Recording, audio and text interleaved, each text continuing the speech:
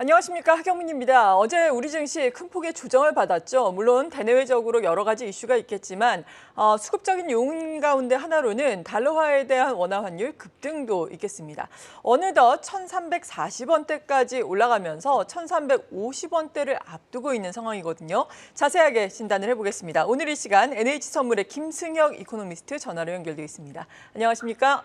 네, 안녕하세요. 네, 최근에 급격한 원화 약세에 대해서 먼저 어떻게 분석하고 계십니까? 우선 최근 원화 약세는 금리 인하에 대한 기대감이 다시 한번 쇠퇴되었다라는 측면에 좀 놓여져 있고요.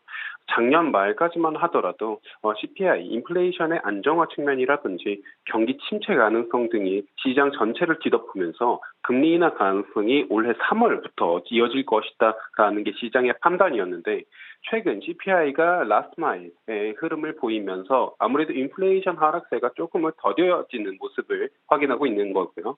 또한 경기가 여전히 강하다라는 판단 속에서 아무래도 금리 인하가 연준이나 각국 중앙은행 입장에서는 좀 섣부른 판단이지 않을까라는 시장의 판단이 재조정되고 있는 상황이고 이에 따라서 미 국채 금리가 다시 한번 4%를 상회하는 듯 최근에 이제 금리 인하에 대한 베팅이 조금은 스퀴즈되고 있는 상황이다.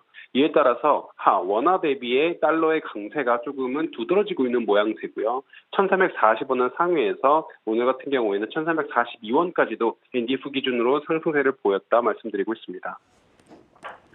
네, 그렇다면은 환율 상승 여력을 어디까지 우리가 열어놔야 할지 궁금하거든요. 그 전에 뭐 작년만 하더라도 1350원 선이 그래도 좀 어느 정도 상단이 되어줬는데 이번에는 더 열어놔야 될까요?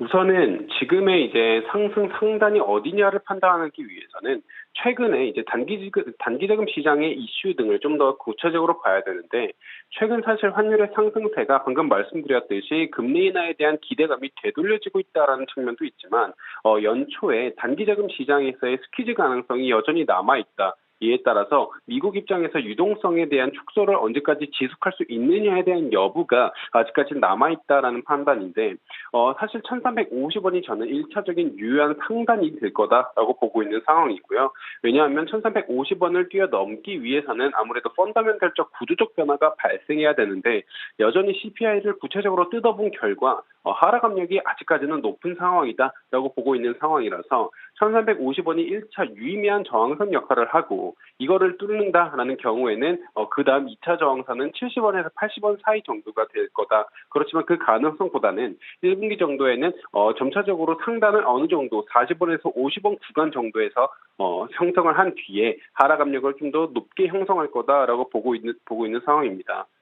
이에 따라서 이제 인플레이션에 대한 안정화 가능성이 연말까지 이어지는 경우에는 1200원대로 다시 한번 복귀하는 흐름이 조금은 예상 가능하다라고 보고 있는 상황이고 또 한 번으로는 물가에 대한 안정세뿐만이 아니라 경기가 지금 최근 이제 미국의 부동산 이슈라든지 글로벌 경기의 소매 판매가 아직까지는 좋게 나왔지만 이후의 소비가 위축된다라는 가능성이 여전히 배제되지 않았다라는 판단 속에서는 환율 자체는 점차적으로 하락 흐름이 좀 우위를 보일 수 있다라고 말씀드릴 수 있습니다.